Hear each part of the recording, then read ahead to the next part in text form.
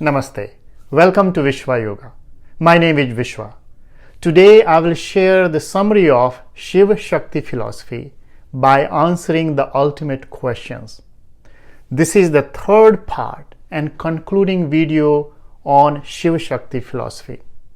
I am assuming that you have already watched at least the last couple of videos and understood Shaiva and Shakta philosophy, which includes the core 36 principles or tattvas. Also, if you have watched my video on 6 Vedic darshanas, Nyaya, Vaisesika, Samkhya, Yoga, Vedanta and Mimamsa, then you already know that each darshana or philosophy tries to answer some ultimate questions by using the valid source of knowledge. In the same way, this philosophy uses 3 major sources: direct experience, inference, and testimony. So I will follow the same format for the consistency and will directly jump into those questions to share the answers. In case you have missed these important videos, you can be able to find in the description here. So as you know, both Shaiva and Shakta traditions use the same core principles. So for the simplicity, I will use Kashmir Shaivism as the base. As you know, it is also the source for Shakta schools, but will also reflect on Shakta views where it may be needed. So let's go to the questions and then answers. So the first question is, what is the ultimate reality? So the reality in its ultimate aspect is pure consciousness or Chit, Chaitanya or Prakash. And that is the coalescence into undivided unity of Shiva and Shakti. This pure consciousness is the changeless principle of all changing experiences. So the supreme reality is the union of Shiva Shakti is called Param Shiva in Shaivism and Adi Shakti or Parashakti in Shaktism. It is referred with many different names in each tradition for the same reality.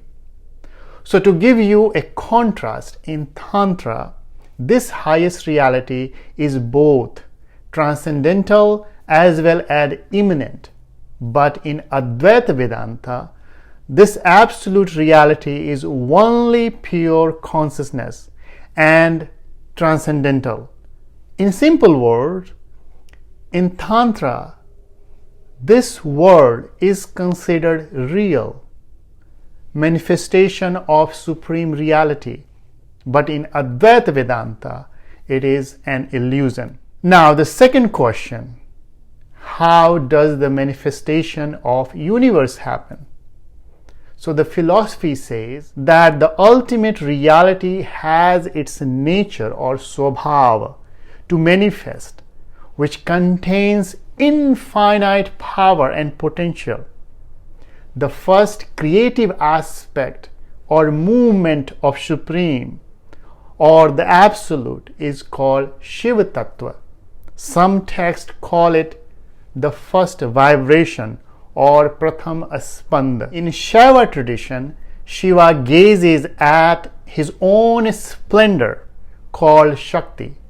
This Shakti Tattva is the power of Shiva, but in Shakta tradition, it is Adi Parashakti who divides herself into 2, Shiva and Shakti. In either tradition, both Shiva and Shakti are always in the union, never separate. Shiva-Shakti enjoy the honey of 3 corners of their heart. These 3 corners are will, knowledge and action, also known as Iksha, Gyan and Kriya Shakti. In short, the universe is nothing but an expansion of the Supreme, as presented through the 36 tattvas. But at the time of dissolution, this creative Shakti contracts and goes into inactive or sleep state. But pure awareness or Chit Shakti remains.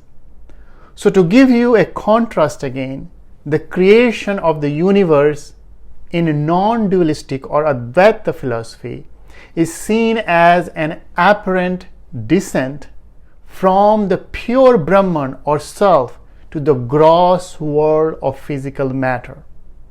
The process is described using two different approaches, but overlapping models. One is an evolutionary model based on the sequential unfolding of primary elements as outlined in classical Samkhya theory. The same theory is presented in Devi Gita, which comes from Devi Bhagavad Purana. The other model is one of reflection, where one supreme reality, like an image in a mirror, appears or reflected in Maya as the manifold world. Here Devi says Maya is of two kinds, Vidya and Avidya. In the form of Vidya, she does not hide her true nature. Rather, as Vidya or Jnana, she reveals herself. But in the form of Avidya, she hides and shows up in multiple forms. So in general, the word Maya is referred to as Avidya. And if you look carefully at the core, same Vedanta talks about. However, common to both models is the generation of three bodies of the self, called causal, subtle, and gross. These I will talk about in the answer of the next question. So the third question is, who are the individual beings? So an individual being has a physical aspect that consists of 5 gross elements, also called Panch Mahabhutas, such as earth, water, fire, air, and space, forming the physical or gross body, also called Sthul Sharira. Now the 5 subtle elements or Tanmatras and 3 inner instruments or Antahkarana, if you can recall Samkhya or Prakriti Tattvas, a total of 8 is called Puryastaka. They form the subtle body or Sukshma Sharir, transported from one life to another life with the soul after death. In the causal body or Karana Sharir, the same stays in the seed form. So the question is how it is all maintained. So it is through Prana Shakti or life force. Each individual is connected to the universe, and everything is sustained and maintained through that Shakti. Now there is another one which is known as Kundalini Shakti, that is an expression of Shakti but lies dormant in the human being. So Prana Shakti is active where Kundalini Shakti is dormant, but both are Shakti. Lastly, to answer the main question, it is Shiva in the center of this individual being, and that is his very self. But this Shiva is under the influence of Maya Shakti, has forgotten his true nature and become Jiva or individual being. So that is the answer of that question. So next question is, what are the reasons for suffering or bondage? So our primary reason for suffering or bondage is due to ignorance. The same Vedanta talks about. But in Shaiva tradition, it goes little further and explains that it is called mala or impurities. So what are they? So let me talk about these impurities from gross to subtlest. So the first one is called karma mala, which is connected to the body due to ego and Maya. It is our capacity for limited activity, the feeling of having inability to act and not doing enough. It gives rise to the feeling of worry and fear. The karma mala is the illusion of doership, that I am doing this, I can't do this, my limitation.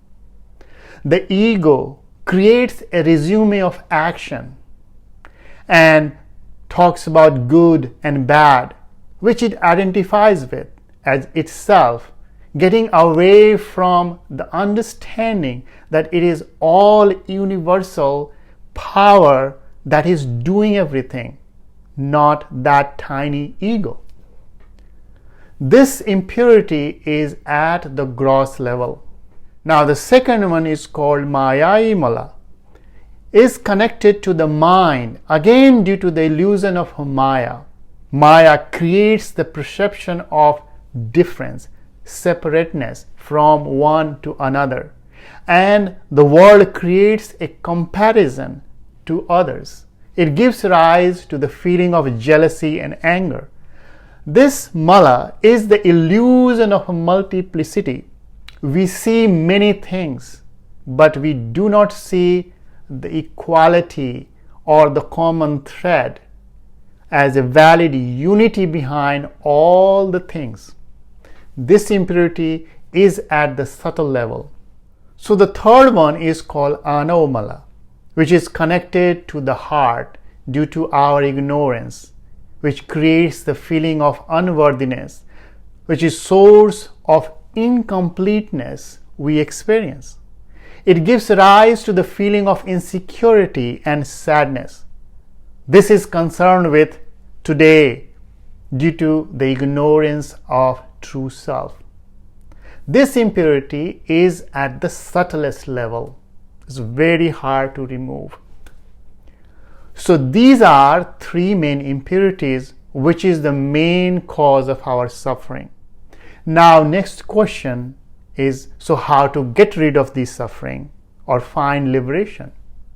So the philosophy says liberation cannot be achieved by mere logic chopping or intellectual psycho techniques, but it comes by initiation or diksha through Shakti path or divine grace called anugraha, which helps to simply recognize our true nature. This can be done in one of the following ways. These methods are called upaya or means or ways. So the first one is called anavopaya or kriyavopaya. This is considered the inferior means, but this is the place we start. Here we concentrate on body, breath, sensation, place, personal deity, mantra chanting, or contemplation. Most of the Hatha Yoga practices fall under this category, but most people can easily start here. Second one is Shaktopaya or Jnanopaya. This is a medium level means, using mantra shakti and dharana, dhyan, kriya yoga, laya yoga, kundalini yoga, or meditation practices which leads to one pointedness. All these equally fall under this category. Also, some elaborate Shakti sadhana which takes into the same direction fall into this category. Now third one is Shambhopaya or Ikchaopaya. It is considered the supreme means in which you have to have a constant awareness and meditation on Shiva and stay in the state of that thoughtlessness. It can be compared to the state of samadhi in Raj Yoga. Now fourth one is Anupaya or no means. It is a practice of do not leave anything, do not take anything. Be as you are. Here you only observe and do nothing. It is also said, if you are talking, go on talking. If you are sitting, go on sitting. Do not do anything, only reside in your being. This is the nature of Anupaya. Anupaya is attributed to Ananda Shakti of Shiva, and thus it is also called Anandopaya. Now, the first three means at each stage, different paths and levels of tantric practices are recommended. Each tantric practices include some elements of yogic practices. Some of the important tantric texts for practices include such as Vijnana Tantra, Netra Tantra, Saundarya Lahari, etc. You will also see that some of the same practices starts as one type but ends into another type. Plus, different texts categorize the same practice into different categories.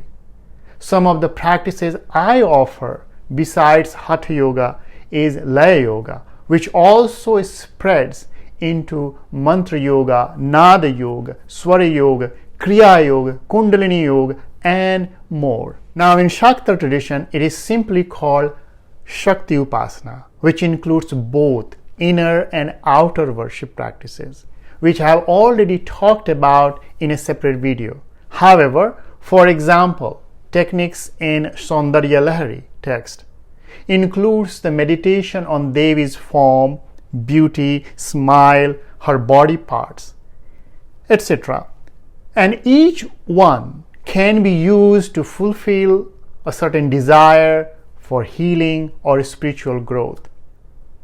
Shaktopaya is nothing but the way to Shakti.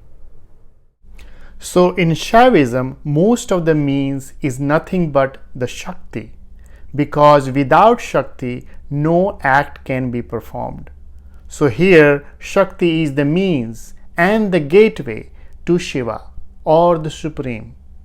But in Shaktism, Shakti is everything, means, method, the door and the destination, because Shakti is Shiva, the Supreme.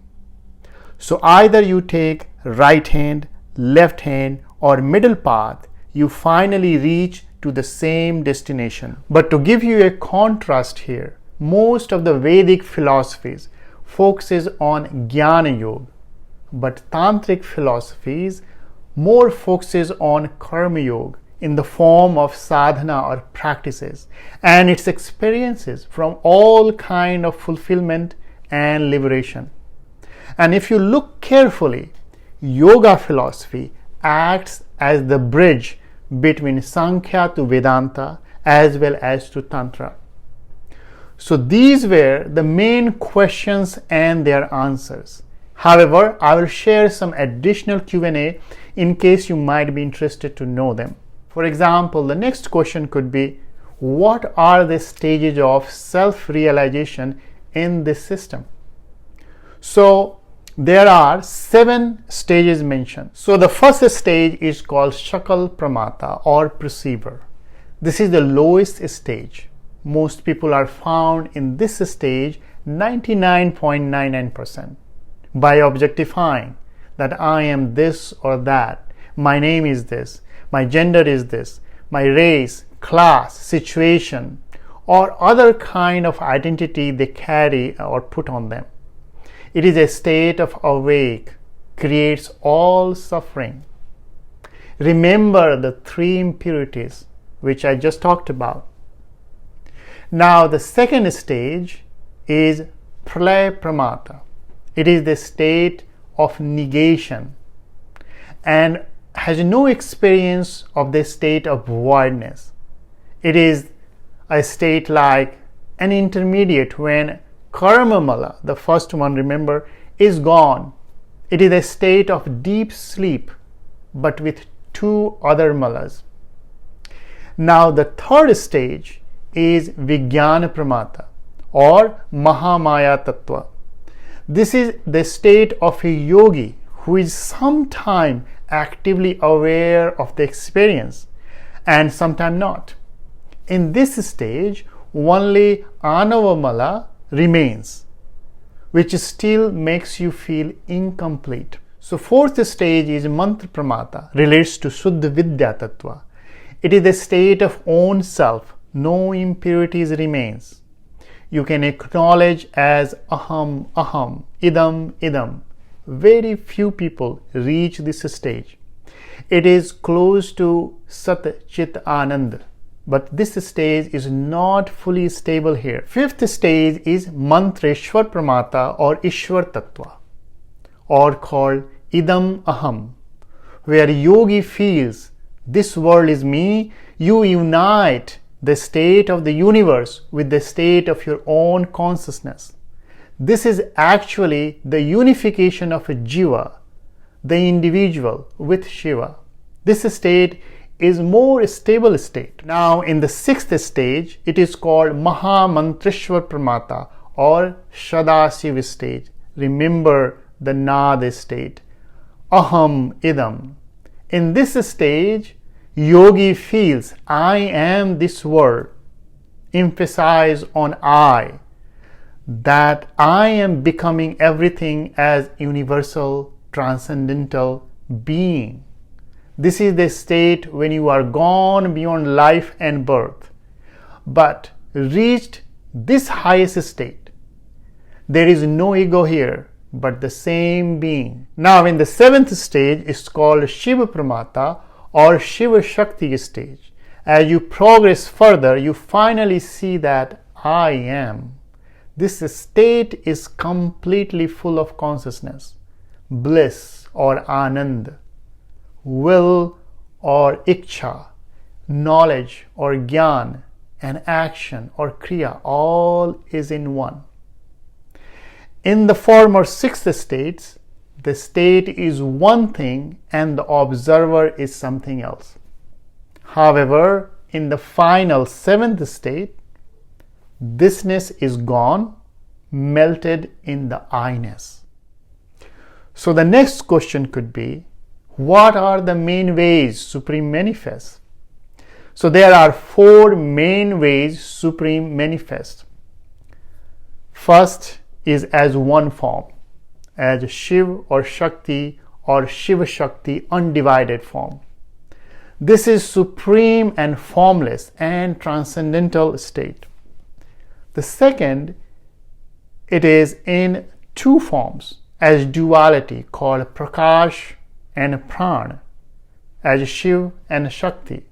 It is the state of invisible manifestation but yet present. The third is the three forms represented as malas or impurities. Remember, I just talked about karma, mayai mala, and ano mala, which is in the form of experience due to lack of pure knowledge, creating the bondage.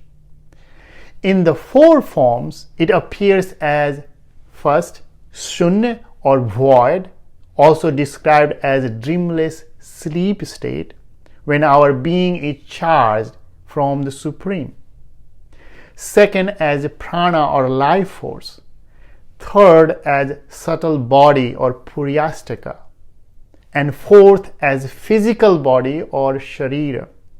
Now the last question could be, what are the common practices in this tradition? Now here I have listed commonly used practices, not only in Tantric but in Vedic, Tantric and Puranic tradition, so that you get an idea. In general, most householder practitioners follow the mixed traditions or depending on the lineage.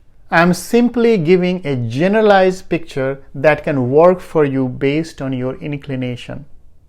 Though there are many mantras in each tradition, however, Om Namah Shivaya is the simplest and most powerful mantra for Lord Shiva. And Navarna mantra, Om Am Hrim Klim Chamundaya Viche, is the most powerful for Shakta tradition. Yet in Shrikula tradition, the 15-letter mantra is the most common among the three Vidyas.